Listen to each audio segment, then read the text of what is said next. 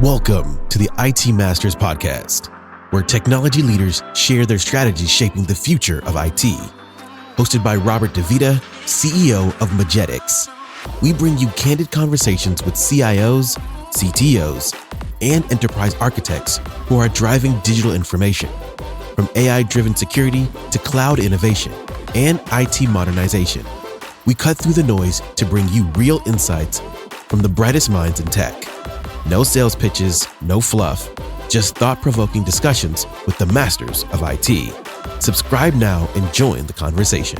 The IT Masters Podcast, where the best in IT share their journey. All right, my name's Rob DeVita. Wanted to welcome Trude Van Horn, a legend in the DFW technology space. Trude has spent time at a number of amazing companies like JP Morgan, Amex, Office Depot, Joann Stores, NCH, and Rimini Street. Probably best well known for her presence among her peers for giving back in the industry and fostering some of the best relationships in the DFW area.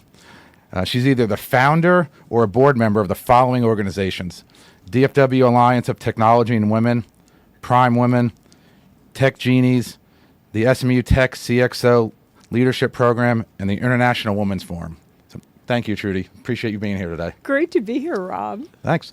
Well, let's start off with some personal and professional journey stuff. You've had a Hall of Fame impact. You've been inducted into the Tech Titans Hall of Fame. That's an incredible achievement. Tell me what that means to you. So it's an award that I would have never expected to get. It is really humbling. I mean, the people who've won that award are amazing. But, you know, you get an award like that, a Hall of Fame, it kind of validates the journey, right? Absolutely. Does it come with a gold jacket like the NFL? No, it didn't. And no bust? No ceramic? No, Okay. But the thing I think it did the most for me was make it even more important that I try to give back. I feel like with that honor comes some obligations to help other people as well. But it's amazing to have that credit to my name. It's amazing. That's one person a year, right? I mean, it's a great honor. Yeah. That's great. Yeah. So your career spans a bunch of different industries, right? Yeah. Retail, manufacturing, financial services. How did working in all of those diverse industries shape your perspective of technology and how it relates to different business drivers? Yeah, so I feel really fortunate to have started my career with JP Morgan and American Express. And I was so lucky to be there when they were both named the best company to work for, and they were on the cover of Time. So I feel like I got great leadership training, and I worked with great people, had wonderful people to look up to. And then my career kind of bounced around. Those were the days that tech senior people bounced around every 18 months to 2.5 years or so. And the ability, I think, to be successful in various different kinds of organizations, sizes, verticals. I think that's really key now. You know, everything in tech right now is about being really, really agile and resilient. And I feel like having been in so many different kinds of industries and private companies and public companies, you know, I spent almost as much time in private companies as I did public, and they behave very, very differently Yes. as well. You know, and the motivations of a private company towards technology are very different than a Wall Street banking firm, right? So I think all of that gave me versatility in my job, understanding that no challenge was going to be too hard to take. You know, these are all variations on the theme of technology and business.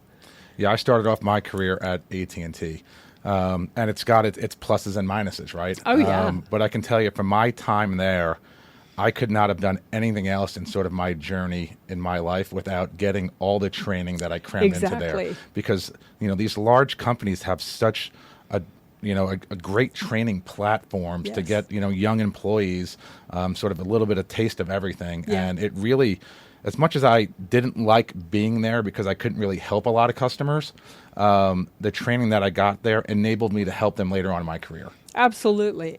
And that foundation, knowing the principles of great leadership and prioritization and how to get things done through a team, all of those are critical no matter where you are in your journey and career. I mean, I was young when I started there, and I remember my boss telling me, you catch more bees with honey. Oh, yeah, absolutely. He's like, you need to treat everyone inside of the organization who needs to help you to help your customer.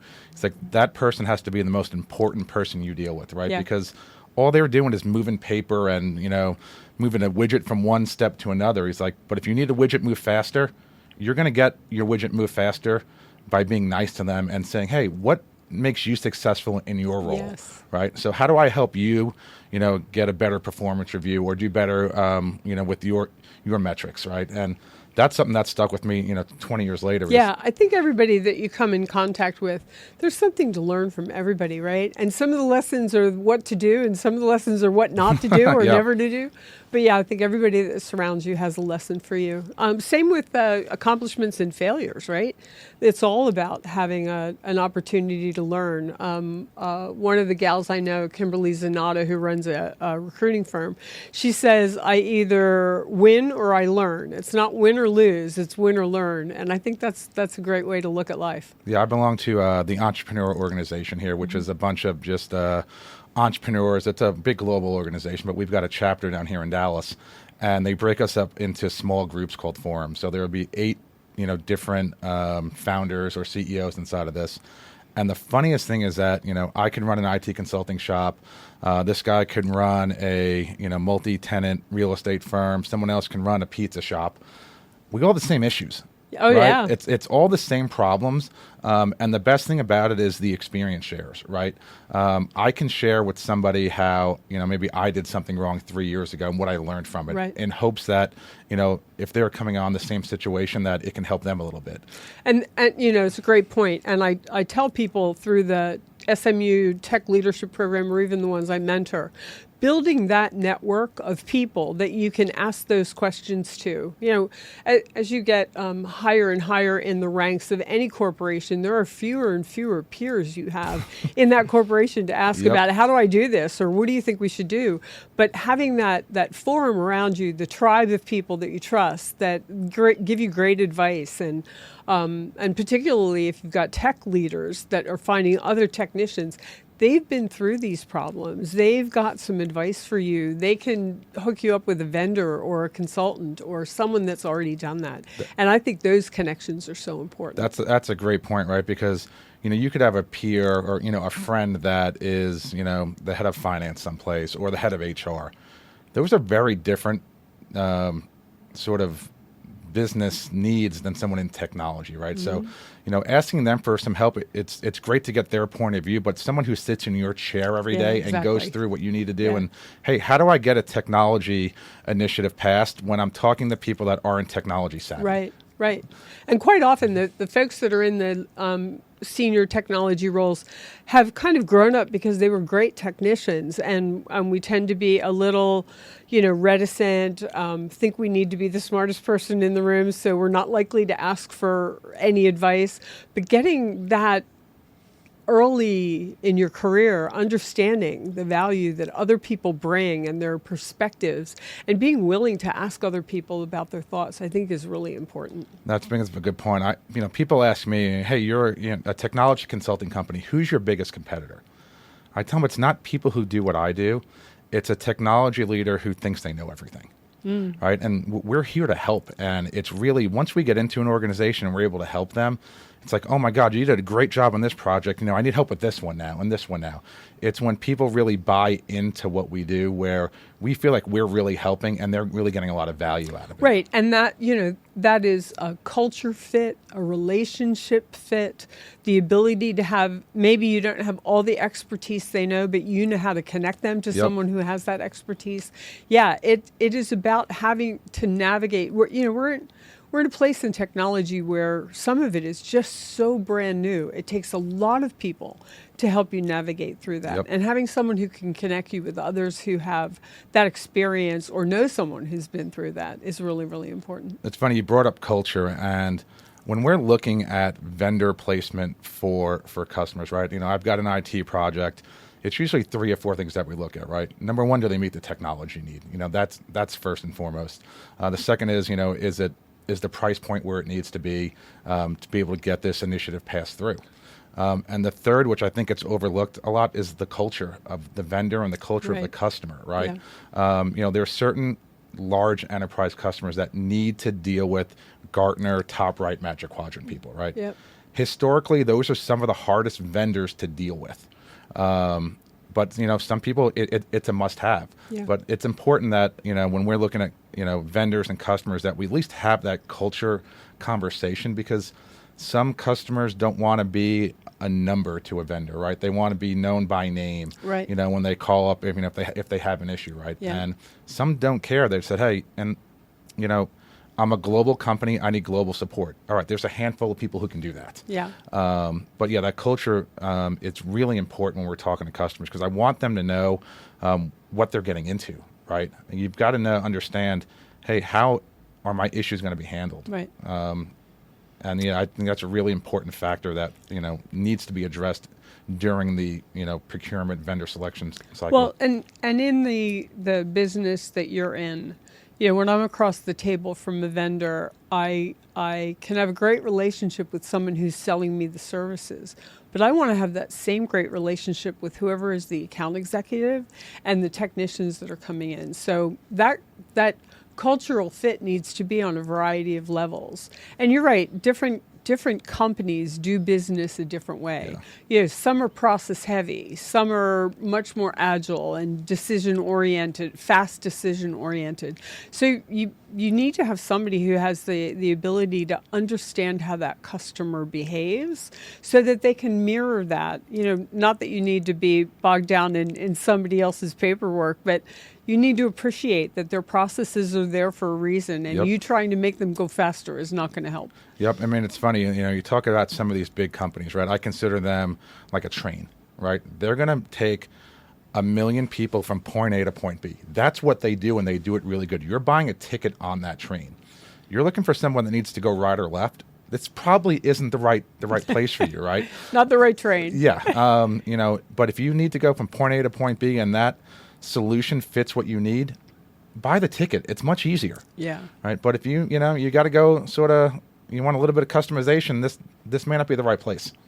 Great. You've contributed to significant IT transformation initiatives. What emerging technologies or strategies do you see as the next big driver across the industry? So, of course, AI is going to dominate everything, and I think that a lot of companies are looking at AI as a solution for the problems that they have, and I get that. But I think the bigger picture is really about elevating an organization to understand AI, so that they understand where it can plug into the efficiency of a human anywhere, right? Yep. Rather than just a point solution. So I think that's really important. The other thing that in IT that we're all dealing with, particularly if you're in an established company, that tech debt continues to get more and more daunting. And at some point, it's a barrier for competition. These greenfield companies that start up, that are starting with the newest and the best and the greatest, and the people with newer skills, are in a different kind of position than folks who are bogged down by this tech debt. So I think that whole smart approach to technical debt and how to get it resolved or how to leapfrog over it, I think that's really important. And I know that's not a new emerging tech, but it is a barrier for the agility that some of these older and more, long-term companies have developed over time. And I think that's really something that people need to look at.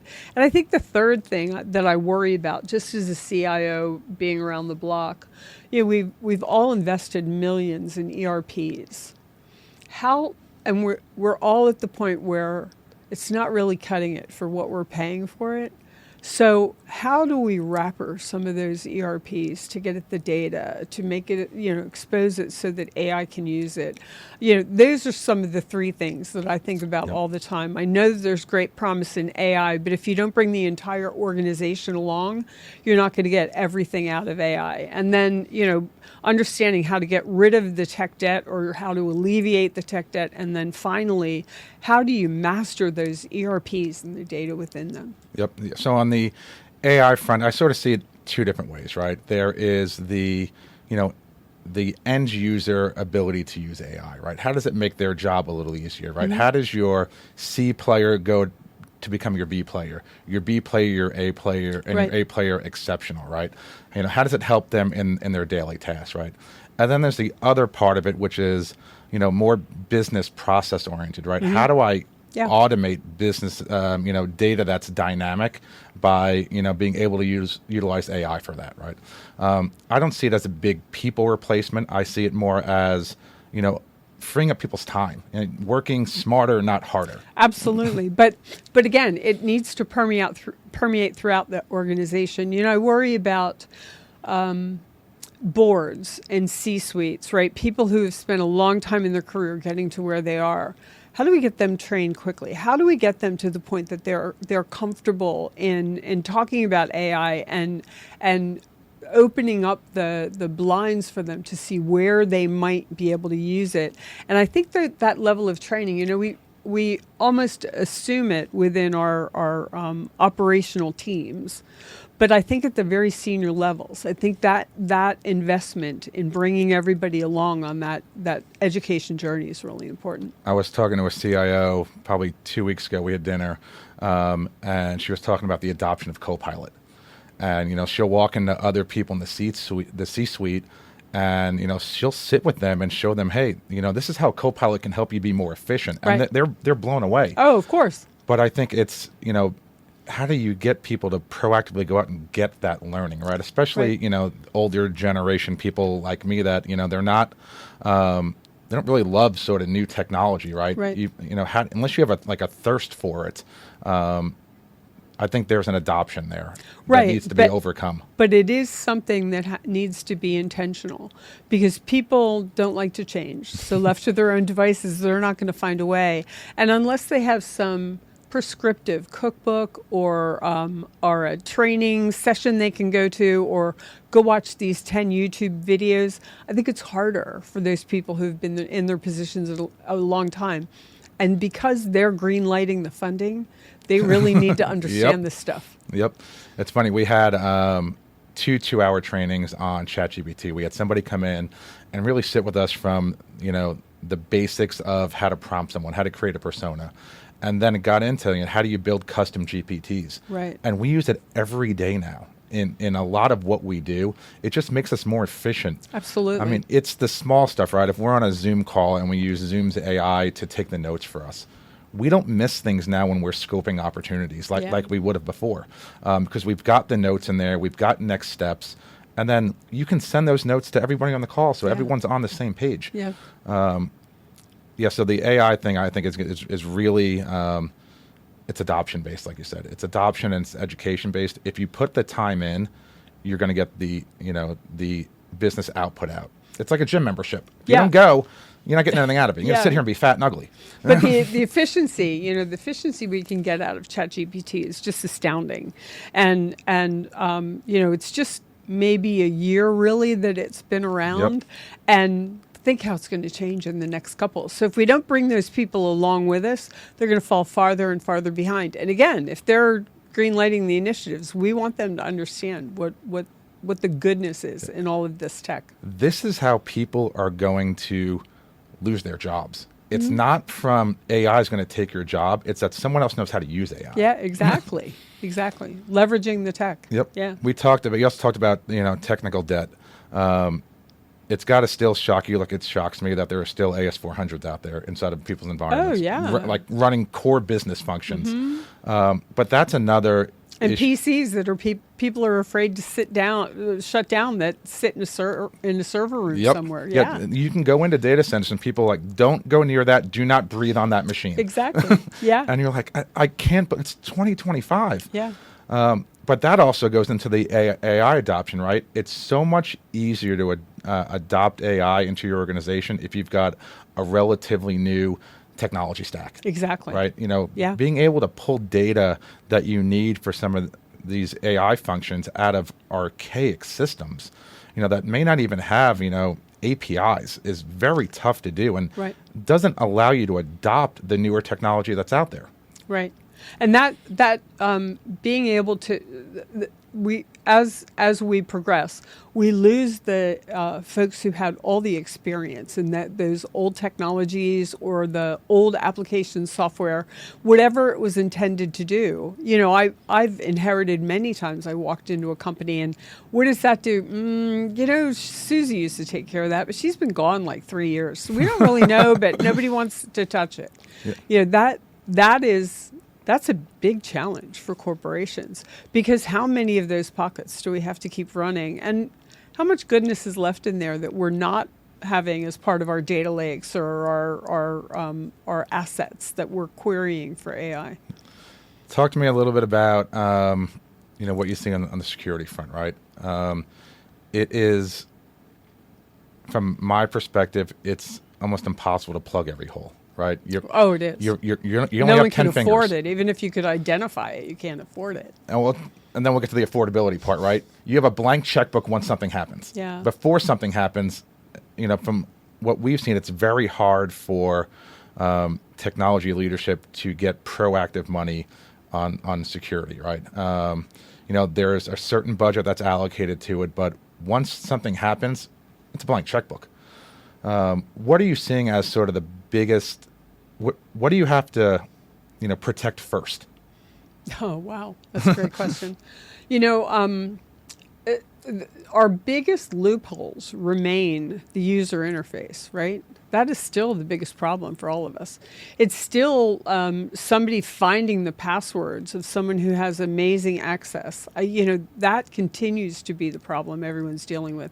The other thing that we need to prepare for is, with AI and quantum, pretty soon all of those security and password capabilities that we built, they're going to be cracked instantly with AI. And that's probably going to take a couple of years to be replacing that, with whatever new technology there is.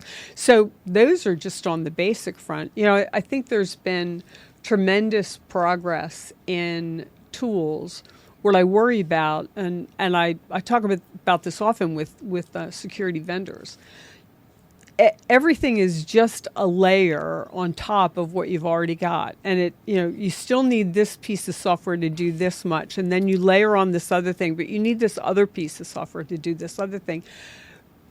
Boards don't understand that. C-suites don't understand that. And they can't figure out why they need to fund 50 different tools. So that, the challenge for CIOs and CISOs is not just protecting the environment, but telling the stories to the people who have to fund it.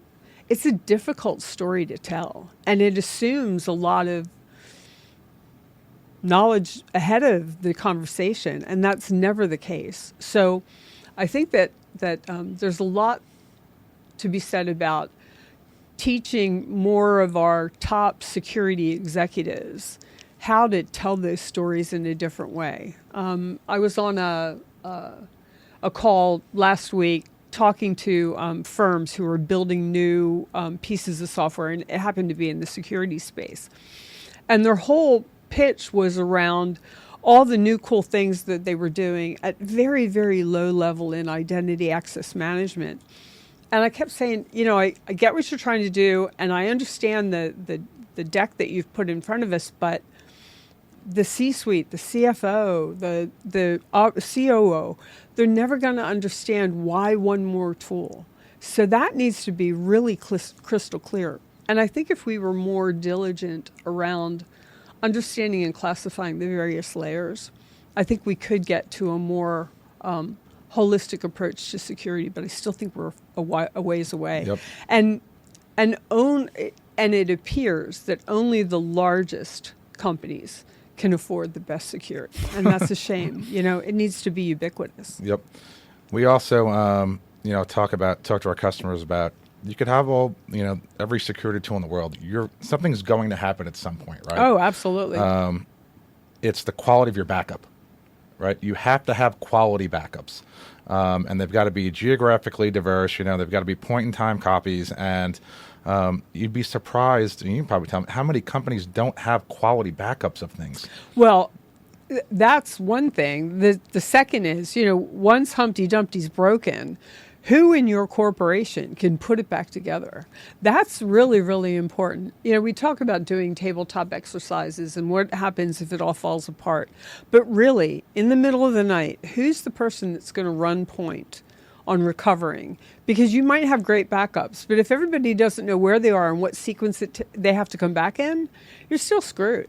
Yep. And those people are getting fewer and fewer and fewer. The more we outsource across the globe, the fewer people really know that from soup to nuts how to put a data center back together once there's been a breach. And there's a difference between disaster recovery and business continuity. Oh, absolutely. And there's different playbooks for each one of them. I remember back in the day, we'd put these, giant binders together. Oh, right? yeah. That no one ever read. Correct. And but we got a check mark for doing it. That's right. And that's how I feel it is now when, your people are going for cyber insurance. They're just checking the boxes, and, they'll come back and check those boxes again a year from now when their policy expires. This world is very rapidly changing. It's not, you can't just look at this stuff 1 year at a time. It's got to be a constant evolution of, hey, what's going on in the space, right? And how do I, protect myself from these new, bad actors that are out there? Right. One of the things that I talk about in the Tech CXO Excellent program that we teach, a lot of times we believe there's a lot of goodness in the contracts and somebody else has figured that out. But I tell everybody, you have to read your cybersecurity contract, and you have to read it from top to bottom. You need to know exactly who to call. You need to know what vendors are on the list if you need to call them. You need to have pre-existing contracts, because you don't want to spend the first 3 days of a breach writing contracts for the guys that you need to work with. Yeah. Understanding all of that in really, really finite terms, right? What is our ransomware policy? Do we pay? Do we not pay? Where's the FBI group that we have to get involved? All of those things that come at you in the middle of the night, you need to be prepared for that. And it's well beyond doing the tabletop exercises. And there is so much to be learned in reading your policy. How much will you be reimbursed for any of the public statements you need to make, or prepping a senior executive, or writing to 1,000 customers and clients across the world? All of that should be called out. And if you've not read that policy, you really are going to have to use it at one point. And if you don't know what's in it, it's just going to take you longer to recover. Yep.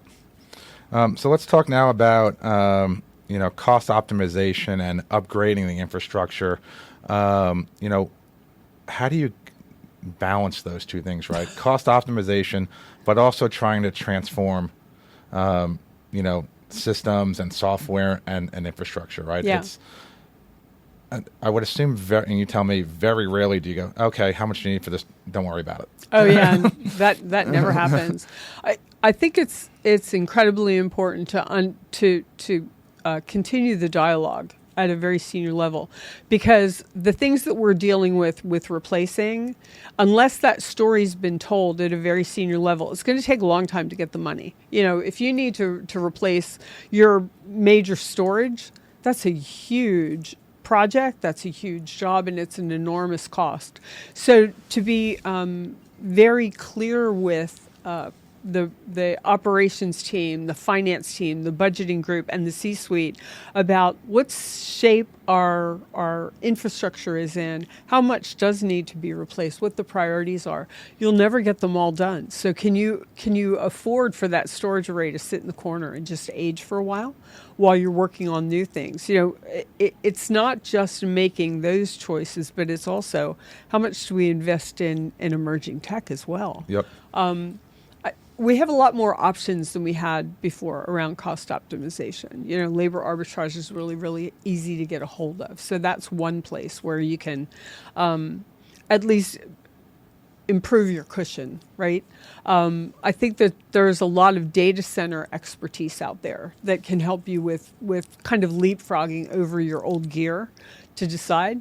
But it's a huge, huge task, and it's a huge cost.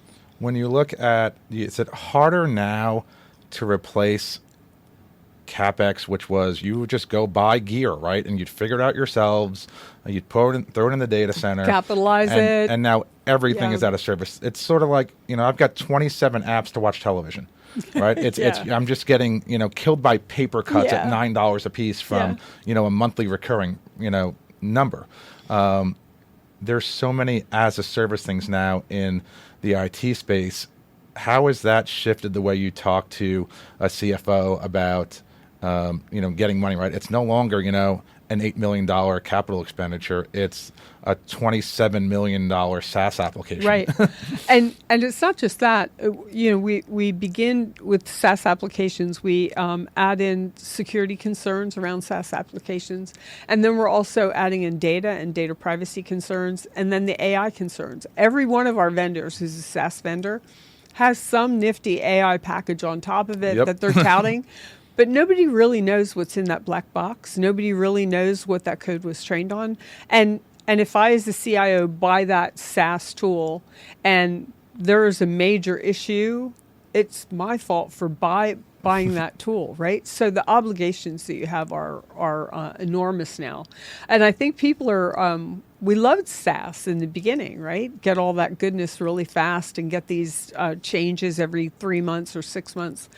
Now, everything that we've built around the outside, the APIs, all of the customizations, every time you upgrade that, you got to retest all of those things around the outside. So it used to be we were in control of the upgrade cycle, so therefore we could control the testing.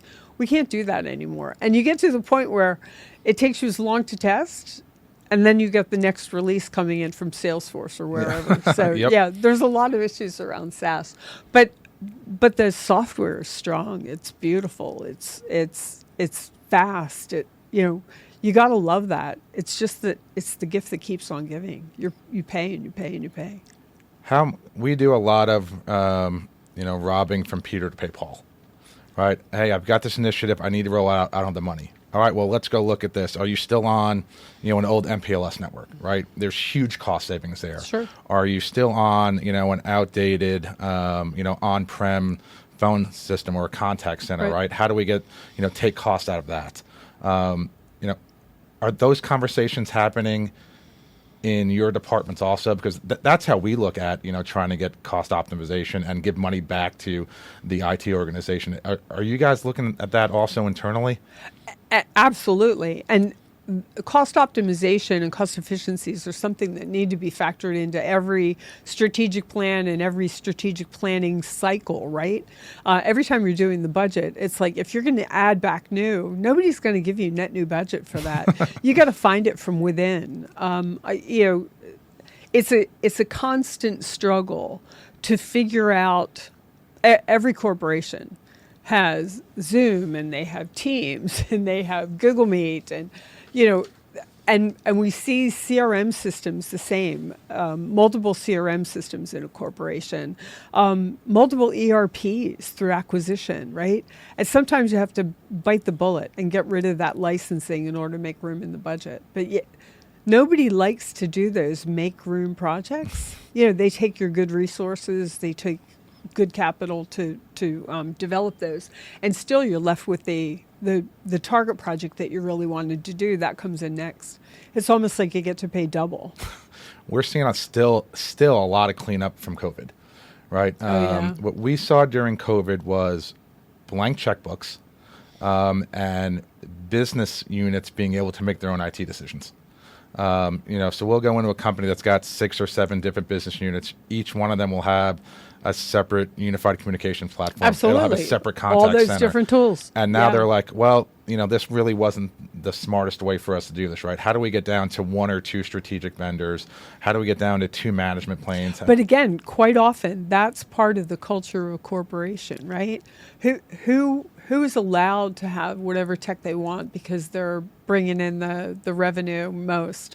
And then who's looking at the future problem that's going to cause by allowing that? So, we love and we hate the procurement guys, but procurement has to be hand in hand with the process and the structure and the governance. It gets out of hand really, really fast. Oh. I've seen multiple divisions have, honestly, their own copy of the same software, running it in the data center separately because they just don't want to be tied down by what the corporation is dictating on the mothership copy. Let's talk about building teams, right? Not Microsoft Teams, teams that work. Yeah.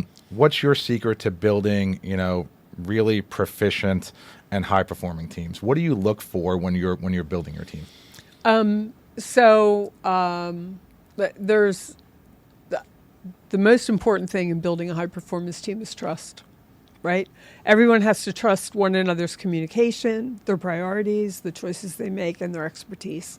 And finding that out requires great communication at the team level. There's a book about how to find the perfect teammate, and it's Hungry, Humble, Smart, right? And that's really what you need: hungry, humble, smart. Somebody that's willing to take do the right thing on behalf of the team, to share their worries with the rest of the team. Clear goals, clear accountabilities, access to training. High performance teams need that, right? It's their lifeblood. And then recognition. All of those things are what you need to surround a team with. But access to leadership as a motivator, as an inspiration point, asking good questions, keeping them on track. All of that's important. That great communication and that underpinning of strong culture and candor between the teams. Lots of answers, but there's a lot of things that go into the special sauce of a high-performing team. How often are you meeting with your direct reports as a group, and then how often do you do one-on-ones? So my favorite was always to have a meeting with the team once a week. If you've got a big organization you're running, you need to know where everybody's hot points are. And if you're only talking about the top critical initiatives and you're only doing it once a month in some kind of portfolio review, it's just not enough. And I like to meet one-on-one every couple weeks with staff. So I think that's important. Have you done sort of skip levels where, not your direct reports, but some of their folks, right? Because I think when I was in larger organizations, that's really how I was able to figure out what was going on. Oh, yeah. Yeah. What are you struggling with that's not making it up the food chain, that we can help make your job easier? Where do you need help? Where do you need an escalation? Right. I think that's really important, those skip level meetings. But the other thing I would say for most technology people, I think you need to get out of your office and do a voice of the customer review. Much like we talk to our staff in a skip level, what are you struggling with? What do you think we should do better? What are some of the things that make us less efficient?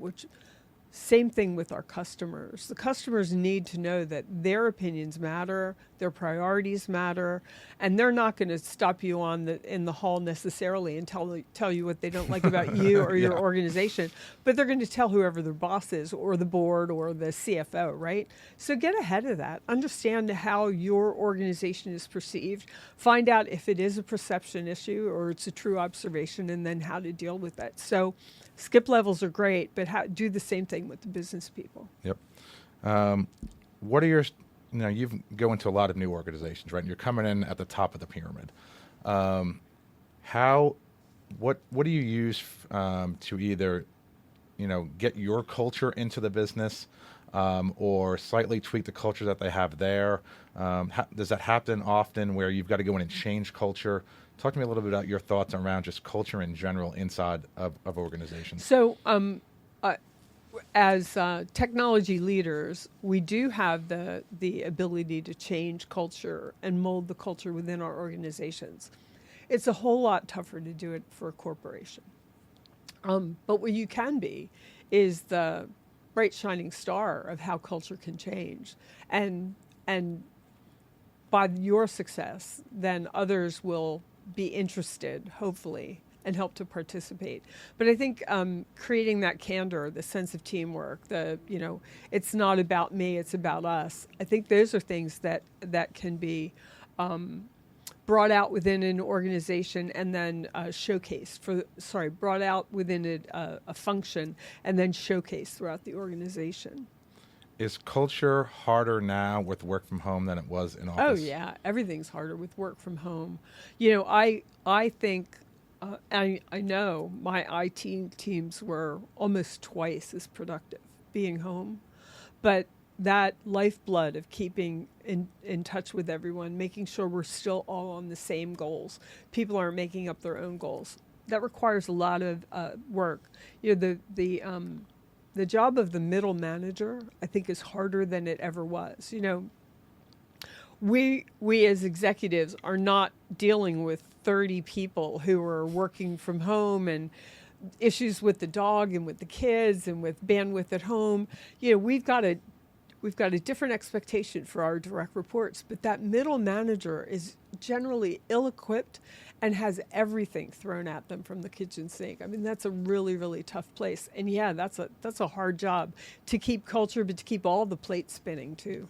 We do a lot of work out at TCU. They've got a sales center out there where they teach kids how to prospect and how to use CRMs and stuff. But when we talk about culture with them and we talk specifically about work from home, it was shocking to me that like 80% of the students that they surveyed want to work in an office environment. And then I sort of thought about it and like, these are the kids that lost their senior of high school. Mm-hmm. These are the kids that lost their freshman year of college, right? They were isolated in some of the most, the times where it was, the most camaraderie between their friends, right? So it makes sense that, they don't want to be isolated anymore. And they want to be in some type of office atmosphere, whether that's 3 days a week or, 5 days a week or 2 days a week, right? As opposed to being just, hey, I want to work from home. Well, when you're talking about working with very technical teams are bogged down by all of the meetings, right?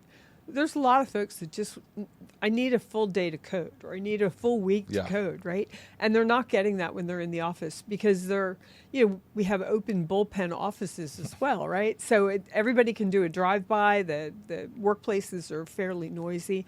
I think there's a lot to be said for people that are truly doing technical jobs to be in an environment where they are comfortable and can concentrate 100% without interruption around them. I think as leaders, though, our leadership is generally through the influence and the communication with others. So having someone be at home certainly makes that more difficult. I know for the kids that we had during COVID, who were the interns, they absolutely wanted to work in the office because they'd never worked in an office before. So the few people that were working in the office, we pulled up a desk for those kids to work with, those interns to work with. But I think that's different when it's your first experience and you've never worked in an office versus when you're under a pressure deadline and you just need quiet and you need to concentrate and you can't get that in the office. And I think that's something we have to think about. I was at one company where they were very proud about their satellite offices. And when I saw the satellite offices, I thought, oh my God, I'd rather be shot than work here. It's one of those, a bar table and just lots of PCs and keyboards lined up on that bar table. It's like, how do you get your privacy? How do you get your deep concentration? It takes a little while to get in the zone. How do you get in the zone when there's people just up and down at that bar table all day long? It's tough. And I don't know that that necessarily the HR and facilities planning people are factoring that in to people who really need to concentrate on the work they're doing. Because those are the people who are not getting the $400 Bose noise canceling headphones, right? Yes, exactly. Exactly. So you've done some great work with SMU. We talked to us a little bit about that, and then after that, what kind of advice do you give someone aspiring to get into the C-suite from a technology perspective? Someone who's a manager or director or VP, right? How do you get to that next level, and what does what you're doing at SMU, how does that help them achieve those goals? Great. It's a great question. So one of the most important things, as someone who aspires to the C-suite, the most important thing is business first mindset. You have to have really, really strong business acumen and really strong financial acumen. And that you don't get by just working in the IT team and staying at your desk and doing a great job in IT. You really need to understand the business. You need to understand how the corporation makes money. You need to understand what are the issues that they have in the field or in the manufacturing side or in the sales side. Those things are really important. And if you know about those issues and you can begin to start thinking about solutions for those, then you become a very, very valuable partner. So business first mindset is really important. Financial acumen, putting a budget together, understanding capitalization, right, and amortization. That quite often a technology executive gets to learn all of that when they move to the C-suite and they're responsible for the budget, right? Yep. You got to learn that before you get there. The network's really important because you're going to get loads of problems you can't solve by yourself, but somebody else has solved. So you need to build those relationships now. And then curiosity. You need to be curious and you need to be learning because the technology is turning over so fast. So things that the SMU program does. We do an entire module on financial presentations, budgeting. We do one of the days is dedicated to mock board presentations, and we have CIOs and CTOs and CXOs sitting in the seats as board members critiquing the IT person's program. We have lawyers coming in talking about the obligations of the C-suite executive, first as a C-suite executive, but also as driving tech. What are your responsibilities if there's a breach? We have seen CISOs being sued and named in suits because of their lack of follow through in security. So we give all of these people a look around the outside of IT. We tell everyone, being a great technical resource is the table stakes. Now you need to learn everything around the outside, and that's what we try to bring. Yeah. It's funny, we were working on a large deal for a customer, and they're big proponents like everyone else is, right? No PowerPoints, right? We don't want PowerPoints. We need, you need a spider diagram on this, and go through all this due diligence. And then we're getting ready to put the presentation together for the board. It's like 72 slides for the board, right? And no one's going to read 70, but you have to have every single item covered in there. But the biggest thing that I took away from that was, hey, Rob, we need pictures. Mm-hmm. I'm like, well, what do you mean? They're like, we need pictures to depict anything that you want the board to understand. It needs to be in pictures, right? Numbers are good. Pictures are better. Any type of technology verbiage is pretty much worthless here, right? You've got to, show us graphically how this is going to help improve the business. But it was just funny that it went from no PowerPoints to PowerPoints and then to pictures and not really numbers and really no technology jargon in there at all. Well, but it needs to hang together. You talk about all the personas you meet as an IT executive and who you face off against. The marketing person wants something completely different than the CFO wants. Yep. The sales guys want something completely different. So you still need to have all that detail, wherever it lives. 72 slides, it's all in there. But, I think the greatest example of presenting in pictures is Stephen Jobs. I mean, if you go through and look at the way he put presentations together, he looked so relaxed, and the few pictures that he showed were poignant and got his point across. We all thought about that. But it took him weeks to to practice those. It's so great to know that. That's the other thing that we tell people. You can't spend all your time just putting the data into the slides. You got to figure out how you're going to present it. You are great at storytelling. You're a great storyteller. You've got lots of great examples. IT people, not so much, right? We just want to get the facts and then get out of the room. We don't like any of that exposure.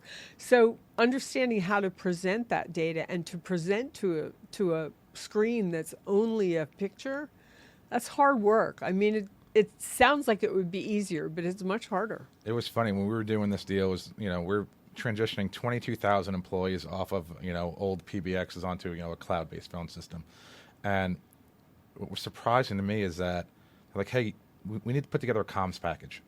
I'm like, well, what do you mean? They're like, we need the comms on to every single user on how to use the phone. I'm like, really? I'm like, this is a thing? And they're like, yes, this is a big thing. And, working with marketing and, internal training teams on, if they've got an issue, what does this button do? Like, we need an answer for this, right? We had an answer for the last 20 years for this button, but now the button's on the screen, it's not on the phone.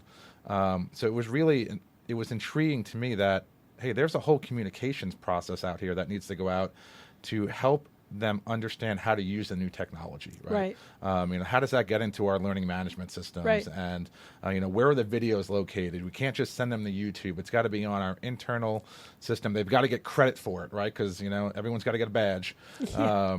But yeah, it was that part, it's something I didn't even think about. But you have two kinds of users, right? You got one kind of user that is going to figure it out and play with the buttons, and then the other one that doesn't want to touch anything unless they've read the manual. Yep. Let's see. If you could influence one major shift in the IT industry over the next decade, it would be education around AI. I think that's the most important thing. We also suffer with not enough people in IT jobs. So if we pursue that AI education, that might get more people interested in being part of the technology pipeline. I read something today. They expect there will be 85 million jobs in technology that can't be filled by 2030. Think of that. That's ridiculous. How can that be? So let's get a few more people comfortable with the tech. The more people, the more diverse people we have working in technology that are proficient in technology, the better the tech's going to be. If everybody looks at it a different way, like those two different users, the one who needs the manual and the one who's just going to play with it until it works, we need both of those kinds of people that are helping to build technology for the future. So I've got two daughters. I've got one in college, one in high school. How do we get more women into tech? Yeah. And, I can tell you that they are super proficient on doing things in the Microsoft Office suite that I would never know how to do, right? Because, they were fortunate enough to go to a school where Melinda Gates graduated from, and they're a Microsoft, profile school, right? So they can do things inside of the Office suite I could never do. So they know tech, right? How do you sort of flip that switch to, hey, I know how to use stuff, and now I want to go be in tech, right? Because I think there's a divide there where they're super tech proficient, but how do we get the tech job to be cool? Yeah. Like the marketing job or... It's a great question. There was a survey done in 2022. They found that 92% of the software developers were male. That's staggering. Yeah. That's staggering. So how do we get women to be more interested in tech? So DFW, you're cool. ATW. You're not a nerd. Like, I don't know what the persona is. DFW, ATW, the thing I love about what they're doing, they're helping young girls get into tech and then women to get into tech. So proud of DFW, ATW. They recently graduated a class of 75 women out of their Ignite program.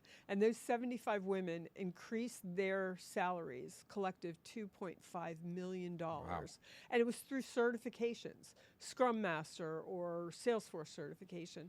Then on the flip side, I think we need to get girls before they're 15, right? We need to get them interested in tech. We need to start in third grade. I tell everybody, Go talk to a third grade class. Go talk to a Girl Scout class. Tell them everything that we look at, everything in this room is tech. We're wearing tech. We're using tech. We rely on it in our phones. But I don't know that the kids see it that way. They think the tech that they don't like is the coding part. I think we need to get them immersed in that. We have put 500 young girls through the program at ATW for I Lead in STEM, and they go in to the program and you ask them why you're here, and it's like, my mom made me come. And then you talk to them when they get out, and it's like, this is so cool. I want to be in technology for the rest of my life. It changes the trajectory. But it's an immersive program. We take them to companies and see what it's like. We have speakers come in. We teach them coding. We teach them about life sciences and projects that they're working on. So that immersive thing, I don't think that we're doing enough for that. It shouldn't be that hard to just to get the information to them and have them think, hey, this is something that was really interesting. It's something that that I want to do. Right. It just seems that we should already have a process in place where we don't have to go and, create special programs. Like, it's great that we're doing it, but we shouldn't have to. It should already be there. But it's still not cool to be smart. It's still not cool to be, nerdy. And that's a problem for girls, right? Girls are tough on one another. Yeah. Well, I mean, I think it's guys and girls now, right? It's so much easier to go be an influencer. Oh, yeah, yeah. And not that that's not a hard job. Yeah. It's just it's a different mentality, I think, that's out there now, and I think that's going to continue to keep growing, and I think it's going to be harder to get more people into more technical fields. But we just need to do a better job of getting out to the schools. The schools are just failing us, right? They're not putting enough people into the pipeline for the kinds of jobs that society needs and what the future holds for us. So I think we see it most pronounced in technology and in girls, but I think in general we're just not getting the people, our kids, the training that they need. Well, even when you look at the trades, right?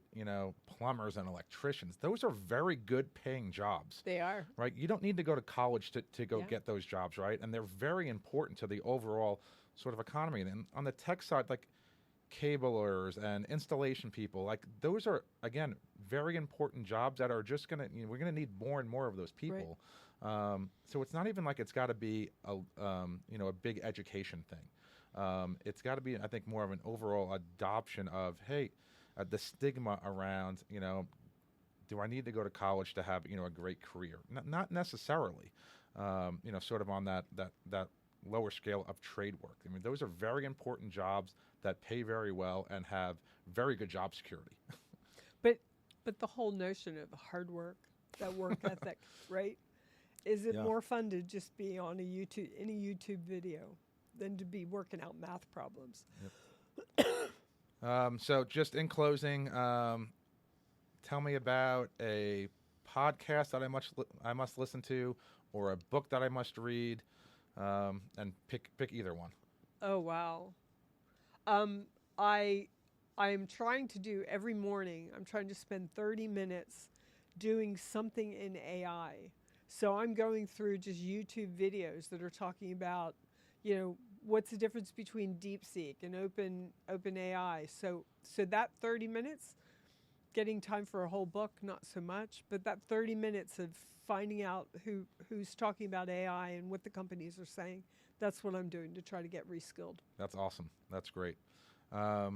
I appreciate your time today. This was awesome. You Thanks. are our inaugural guest, so thank you very much. Hopefully it wasn't too painful. No, and, this is great. Sorry, my voice is going. We'll let our great marketing team take out any of our hiccups. Thanks. And it's wonderful that you do a podcast. I think that's fantastic. More leaders should do that. I think it's important that, people are able to hear what IT leaders are going through, right? You can't service someone if you don't know what issues they have or where they need help or, what do they think is important. Yeah. So I think it's not doing this, I think, is doing a disservice to myself and my own company, but also the customers that we talk to. How can I better help and support them if I don't know what they're going through? Right. I agree. I agree. Well, good stuff. Thank you again for coming in. Thank you. It's great. Loved being here with you. Thanks for tuning in to the IT Masters podcast, where technology's top leaders share their winning strategies. Subscribe now and stay ahead in the ever-evolving world of IT. Until next time, keep innovating and leading the way.